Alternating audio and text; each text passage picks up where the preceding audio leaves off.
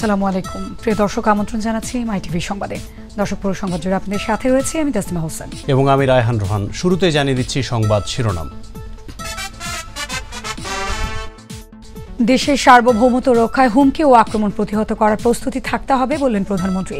যুদ্ধ নয়, শান্তি চায় বাংলাদেশ। রাজুকের অভিযানে আজও মিলেছে ভবনের নকশা বহির্ভূত অনিয়ম। কোনো প্রভাবশালীর চাপে অভিযান বন্ধ হবে না।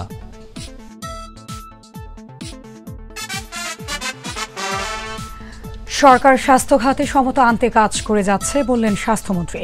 উন্নত চিকিৎসা থেকে বেগম জিয়াকে বঞ্চিত করা হচ্ছে, অভিযোগ রিজভির।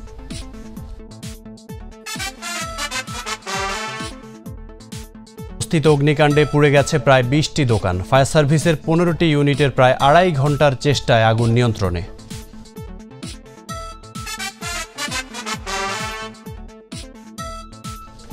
দর্শক শুনছিলেন শিরোনাম। সংবাদে এছাড়াও থাকছে মাই টিভির বৃহস্পতিবারের বিশেষ আয়োজন রাজনীতির রাজনীতি।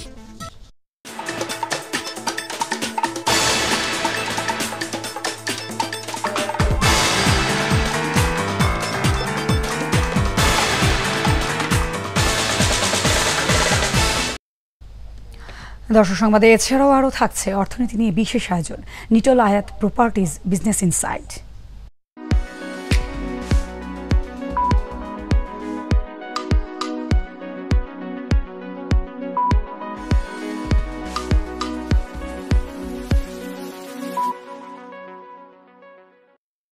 যাব বিস্তারিত সংবাদে। যুদ্ধ নয়, বাংলাদেশ শান্তি চায় বলে মন্তব্য করেছেন প্রধানমন্ত্রী শেখ হাসিনা।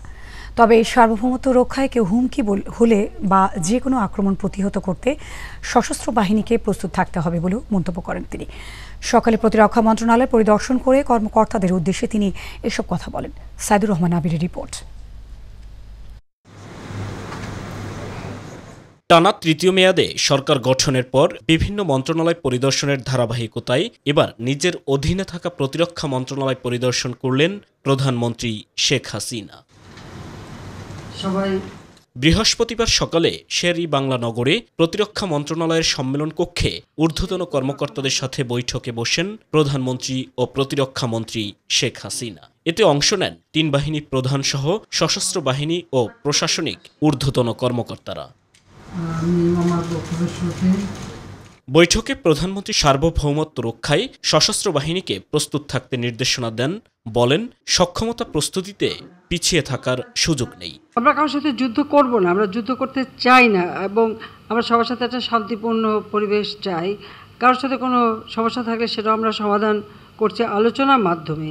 কেউ যদি আমাদের বিরুদ্ধে আক্রমণ করে তাহলে তার জন্য যথাযথ জবাব আমরা দিতে পারি আর আমার দেশের স্বাধীনতা সার্বভৌমত্বের জন্য রক্ষা করতে পারি। সেই প্রস্তুতিটা সবসময় আমাদের থাকতে হবে। যুদ্ধের জন্য না, শান্তির জন্য আমাদের প্রস্তুতি দরকার। আর সেখানেও অবশ্যই আমরা একটা স্বাধীন দেশ হিসেবে প্রতিটি ক্ষেত্রে আমরা অন্তত বিশ্বের সাথে তাল মিলিয়ে যাতে চলতে পারি সে ব্যবস্থাটা আমাদের থাকা উচিত। সততা নিয়ে কাজ করছে বলেই সরকার দেশকে এগিয়ে নিতে পারছে উল্লেখ করে প্রধানমন্ত্রী বলেন, প্রতিরক্ষায় নিয়োজিতদের আরও প্রশিক্ষিত করে গড়ে তুলতে হবে। শান্তিরক্ষা মিশনে আমাদের সশস্ত্র বাহিনীর সদস্যরা যাচ্ছে, পুলিশ বাহিনীর সদস্যরা যাচ্ছে, সবাই যাচ্ছে। যুদ্ধের সরঞ্জাম থেকে শুরু করে সর্বক্ষেত্রেই একটা পরিবর্তন আসে, আধুনিকতা আসে, নতুনত্ব আসে। কিন্তু আমাদের যারা সেখানে যাবে তারা সব বিষয়ে পারদর্শী থাকবে, সেটাই আমি চাই। কারণ এটা একান্তভাবে দরকার। সেভাবে প্রশিক্ষণের ব্যবস্থা করা এবং সেই ধরনের সরঞ্জামাদি সংগ্রহ করা এবং তাদেরকে ট্রেনিং দেওয়া এবং উপযুক্ত করে গড়ে তোলা। দেশের অন্যান্য খাতের মতো করে প্রতিরক্ষা খাতকেও সরকার গুরুত্ব দিয়ে সামনে এগিয়ে নিচ্ছে বলেও জানান সরকার প্রধান। আজকের বাংলাদেশ এখন উন্নয়নের রোল মডেল হিসেবে সারা বিশ্বে স্বীকৃতি পেয়েছে। সেই জন্য আমি সকলকে আন্তরিক ধন্যবাদ জানাচ্ছি। সাইদুর রহমান আবির, মাই টিভি, ঢাকা। কোনো প্রভাবশালীর চাপে রাজুকের ভবন পরিদর্শন অভিযান বন্ধ হবে না বলে জানিয়েছেন সংস্থাটির পরিচালক। বনানীতে আবাসিক ভবনের অনুমোদন নিয়ে বাণিজ্যিক ব্যবহারের অনিয়ম পেয়েছেন রাজুকের অভিযান টিম। অন্য ভবনেও নকশা বহির্ভূত কর্মকাণ্ডের অনিয়ম বেরিয়ে এসেছে তাদের অভিযানে। ভবন কর্তৃপক্ষ বলছে অনিয়ম বা ত্রুটি সারিয়ে নেওয়া হবে। শারমিন আজাদের রিপোর্ট। রাজধানীর ৮টি জোনে ঝুঁকিপূর্ণ ভবন চিহ্নিত ও তথ্য সংগ্রহে প্রতিদিনই অভিযান চালাচ্ছে রাজুক। অভিযানে নকশা মেনে ভবন নির্মিত হয়েছে কিনা তা মিলিয়ে দেখাই মূল উদ্দেশ্য। রাজুক পরিদর্শনের তীক্ষ্ণ নজর বনানীর বহুতল ভবনে, কারণ কিছুদিন আগেই এখানে এফআর টাওয়ারে ঘটে অগ্নিকাণ্ডের ঘটনা। এই ভবনে ফায়ার এক্সিট থাকলেও তা কতটা কার্যকর সেটাও দেখার বিষয়, কারণ অগ্নি দুর্ঘটনার সময় এফআর টাওয়ারে ফায়ার এক্সিটগুলো ছিল তালাবদ্ধ। তাই ভবনের নকশা নিয়ে নিচতলা থেকে ছাদ পর্যন্ত অভিযান চালায় রাজুক টিম। তবে অভিজাত এলাকায় এসব ভবনের মালিক প্রভাবশালী। রাজুকের নির্দেশনা মানতে তারা কতটুকু রাজি হবেন? একজন ভবন মালিক যিনি এই ভবনটা নির্মাণ করছেন তার যেমন দায়িত্ব রয়েছে, যারা অনুমোদন দিচ্ছেন, ছাড়পত্র দিচ্ছেন তাদেরও দায়িত্ব রয়েছে, এবং যারা ভবন ব্যবহারকারী তাদেরও দায়িত্ব রয়েছে বিল্ডিং কোড মেনে চলা, ফায়ার কোড মেনে চলা। রাজুক কর্তৃপক্ষ জানায় নির্দেশনা মানছে কিনা তা বাস্তবায়নের দায় রাজুকের উপর মহলের। অভিযান টিমের কাজ শুধু পরিদর্শন শেষে দিক নির্দেশনা দেওয়া। যেখানে ফায়ারের এসকেপ সিঁড়িটা থাকার কথা সেখানে অনেক ভবনেই সিঁড়িটা নির্মাণ করা হয়নি। কোনো কোনো ভবনে যেখানে খালি জায়গা রাখার কথা আছে সেই খালি জায়গায় ATM booth, office space, bank বা আর্থিক প্রতিষ্ঠান কিংবা রেস্টুরেন্টের মতো কার্যক্রম পরিচালনা করছে। অভিযান পাওয়া একটি ভবনের নকশায় আবাসিকের অনুমোদন থাকলেও রয়েছে ব্যবসা প্রতিষ্ঠান। জিজ্ঞাসাবাদের জন্য পাওয়া যায়নি ভবন মালিককেও। তাদেরকে বুঝালে তারা নিশ্চয়ই করবে, সিকিউরিটির জন্য এটা করা উচিত। শারমিন আজাদ, মাই টিভি, ঢাকা। স্বাস্থ্যমন্ত্রী জাহিদ মালিক জানিয়েছেন সরকার স্বাস্থ্য খাতে সমতা আনতে কাজ করে যাচ্ছে। এর ফলে দেশের কোনো মানুষ স্বাস্থ্যসেবার বাইরে থাকবে না। সচিবালয় স্বাস্থ্য ও পরিবার কল্যাণ মন্ত্রণালয়ের সম্মেলন কক্ষে বিশ্ব স্বাস্থ্য দিবস উপলক্ষে আয়োজিত সাংবাদিক সম্মেলনে তিনি একথা জানান। স্বাস্থ্যমন্ত্রী বলেন, প্রতি বছরের মতো এবারও আগামী 7 এপ্রিল সারা দেশে বিশ্ব স্বাস্থ্য দিবস পালিত হবে। এবারের প্রতিপাদ্য বিষয় সমতা ও সংহতি নির্ভর সার্বজনীন প্রাথমিক স্বাস্থ্যসেবা, যা বাংলাদেশের প্রেক্ষাপটে অনেক গুরুত্বপূর্ণ।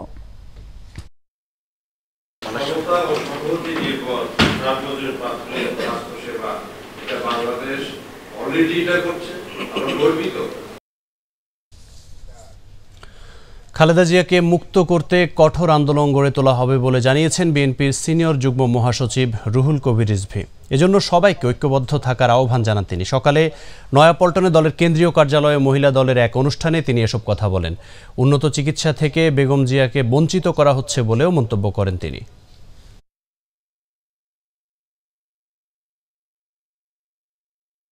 জোয়ারের সম্ভাবনা আপনি হয়তো টের পাচ্ছেন না, কিন্তু এই অন্যায় অবিচারের শৃঙ্খল, এই লৌহ শৃঙ্খল ভেঙে আপনার যে গণজোয়ার তৈরি হবে, এই গণজোয়ার আপনি ঠেকাতে পারবেন না। রাজধানীর খিলগাঁও বাজার বস্তিতে অগ্নিকাণ্ডে ভস্মীভূত হয়েছে প্রায় 20টি দোকান। রাতে অগ্নিকাণ্ডের ঘটনা ঘটে, তবে এতে হতাহতের কোনো ঘটনা ঘটেনি। ফায়ার সার্ভিসের 15টি ইউনিট প্রায় 2.5 ঘন্টা চেষ্টায় আগুন নিয়ন্ত্রণে আনে। আরিফুল ইসলামের রিপোর্ট।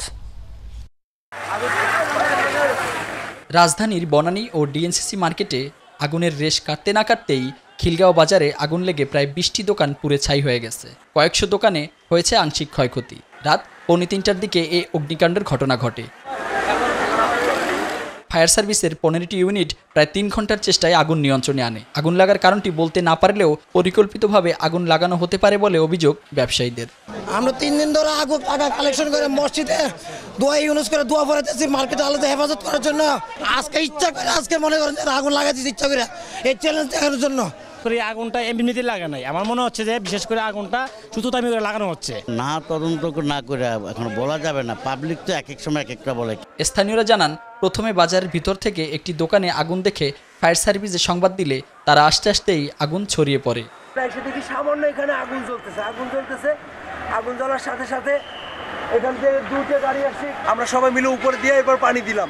পানি দিয়ে আস্তে আস্তে করে এদিকে সব দোকান, কাপড়, মুদি, হার্ডওয়্যার সহ সকল ধরনের দোকান রয়েছে এই বাজারে। আগুনের ঘটনায় পুরোই সর্বশান্ত হয়ে পড়েছে ব্যবসায়ীরা।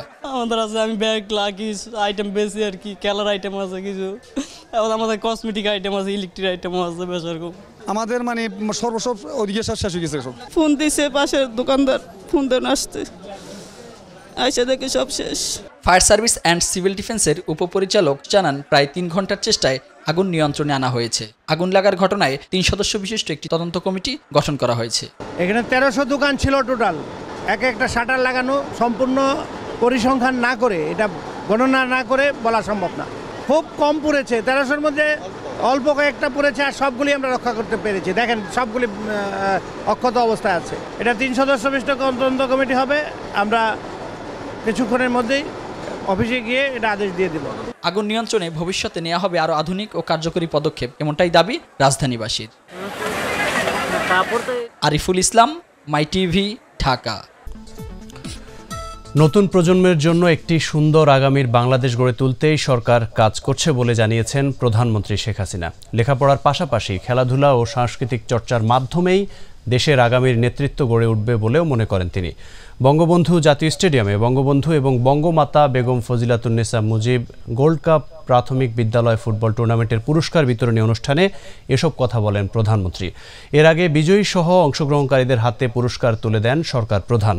এবারের টুর্নামেন্টে রংপুর বিভাগের দক্ষিণ কানিয়ান খাতা সরকারি প্রাথমিক বিদ্যালয়কে হারিয়ে চ্যাম্পিয়ন হয়েছে সিলেটের হরিপুর সরকারি প্রাথমিক বিদ্যালয়।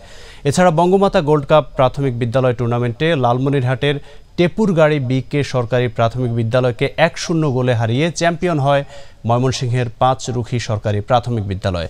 ট্রফির পাশাপাশি প্রতিযোগিতায় চ্যাম্পিয়ন দল 3 লাখ, রানার্স আপ 2 লাখ এবং তৃতীয় স্থান অর্জনকারী দল পেয়েছে 1 লাখ টাকা।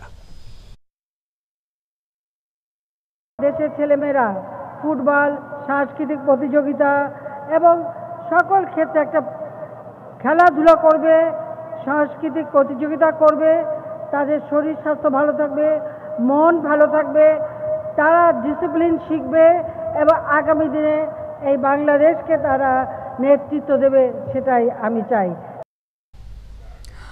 খালেদা জিয়ার শারীরিক অবস্থা ভালো, ঘুমও ভালো হয়েছে বলে জানিয়েছেন বঙ্গবন্ধু শেখ মুজিব মেডিকেল বিশ্ববিদ্যালয় হাসপাতালের পরিচালক brigadier general doctor AK Mahbubul Haq. দুপুরে সাংবাদিকদের তিনি কথা জানান। ডায়াবেটিস সহ খালেদা জিয়ার রক্তচাপও নিয়ন্ত্রণে আছে বলেও জানান তিনি। গতকালকে ওনার সাথে কথা হয়েছে, উনি আগের চেয়ে ইমপ্রুভ, ওনার শারীরিক অবস্থা ভালো। উনি বলেছেন যে উনি ভালো ঘুম হয়েছে এবং ওনার খাওয়ার রুচিটা ইমপ্রুভ করেছে। উনি আসার সময় যে অবস্থা ছিলেন ওটার ডিটোরিয়েট করেনি, ইমপ্রুভ করেছে, বেটার ইমপ্রুভ করেছে। ওনার ডায়াবেটিস ইমপ্রুভিং, ওনার প্রেশার তো কন্ট্রোলে আছে এবং অন্যান্য সমস্যার কোনো সমস্যা উনি নতুন করে বলেননি যে আমার এই সমস্যা ফিল করছেন, মানে বেটার উনি বলেছেন যে আমি আগের চেয়ে ভালো আছি। রাজধানীর মিরপুর থেকে মুক্তিপণের দাবিতে অপহৃত হোমিও চিকিৎসককে টাঙ্গাইলের মধুপুর বন এলাকা থেকে উদ্ধার করেছে র্যাব। বুধবার রাতে র্যাব 4-এর একটি দল গোপন সংবাদের ভিত্তিতে তাকে উদ্ধার করে। ওই ঘটনায় জড়িত সংঘবদ্ধ অপহরণকারী চক্রের 6 সদস্যকে আটক করা হয়। সকালে সংবাদ সম্মেলনে র্যাব 4-এর সিও জানান, চক্রটির কাছ থেকে আরও অনেক গুরুত্বপূর্ণ তথ্য পাওয়া যাবে। তাদের যে বাকি যে সদস্যগুলো আছে, বাকি সদস্যদেরও আমরা গ্রেপ্তার করতে পারবো। পাশাপাশি এই ঢাকা শহর সহ অন্যান্য জায়গাও যে সমস্ত অপরাধী চক্র, এই সমস্ত প্রতারক বিভিন্ন কৌশলে যে প্রতারণা করার যে অপরাধী চক্র আছে, তাদেরকে র্যাব বরাবরের মতোই অত্যন্ত কঠোরভাবে দমন করতে সক্ষম হবে ইনশাআল্লাহ। যশোরের মনিরামপুর উপজেলায় থাই পেয়ারা অধিক লাভজনক হওয়ায় চাষিরা ঝুঁকছে পেয়ারা চাষে। প্রায় 300 কৃষক বাণিজ্যিকভাবে 75 হেক্টর জমিতে পেয়ারা চাষ করছে। এবার আবহাওয়া ভালো থাকলে প্রায় 1000 মেট্রিক টন পেয়ারা উৎপন্ন করা সম্ভব। পেয়ারা চাষিরা অধিক লাভের আশা করছে এবছর। প্রতিনিধি মোহাম্মদ শরীফুল ইসলামের রিপোর্ট, জানাচ্ছেন কাউসারি কেয়া। ভিটামিন সমৃদ্ধ এবং বহুবিধ গুণের জন্য পেয়ারা একটি জনপ্রিয় ফল। থাইল্যান্ড থেকে আসা থাই পেয়ারা 5 ও থাই পেয়ারা 7 এখন চাষ হচ্ছে সারা দেশে। বেশি ফলন ও ভালো দরদামের জন্য এই পেয়ারা এরই মধ্যে দেশের ফল চাষিদের মধ্যে বিপুল আগ্রহ সৃষ্টিতে সক্ষম হয়েছে। অধিক লাভজনক হওয়ায় এ জাতের পেয়ারা সারা দেশে দ্রুত ছড়িয়ে পড়ছে। থাই পেয়ারা চাষ করছি, এতে আমরা অনেক লাভবান হচ্ছি। কৃষি উপসহকারী যারা আছেন, কৃষি কর্মকর্তা যারা আছেন, তারা সবসময় আমাকে সহযোগিতা করে আসছেন। তো আমি আশা করছি আমি আরও এই পাশে আরও 2 বিঘা জমি আর কি বাড়াবো। থাই জাতের পেয়ারার মধ্যে সর্বোৎকৃষ্ট হলো থাই পেয়ারা 7। প্রতিটি পেয়ারা ওজনে গড়ে 400 থেকে 700 গ্রাম হয়ে থাকে। ফুল ফোটা থেকে ফসল সংগ্রহ পর্যন্ত সময় লাগে 90 দিন। কখন সার, কখন আছে রোগ পোকামাকড় যে ব্যবস্থাপনা করা লাগে সেগুলো আমরা সার্বক্ষণিকভাবে আমরা পরামর্শ দিয়ে যাচ্ছি।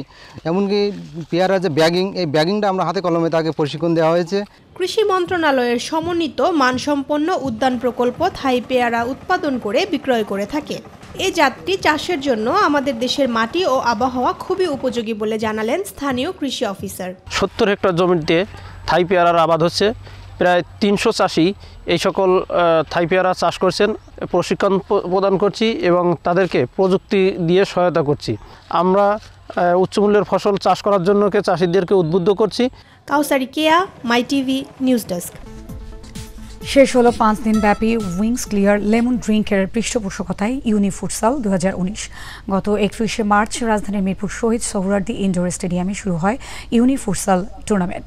এতে অংশ নেয় দেশের বিভিন্ন ইউনিভার্সিটির 32টি দল। এ ধরনের আয়োজন তরুণ তরুণীদের খেলাধুলার প্রতি উদ্বুদ্ধ করবে এবং বাংলাদেশের ফুটবলকে আরও জনপ্রিয় করার ক্ষেত্রে গুরুত্বপূর্ণ ভূমিকা রাখবে বলে মনে করেন টুর্নামেন্ট পৃষ্ঠপোষক সজীব গ্রুপ। টুর্নামেন্টের শেষ দিনে বিজয়ীদের হাতে প্রাইজ মানি ও ট্রফি তুলে দেন সজীব গ্রুপের head of marketing Mohammad Alauddin.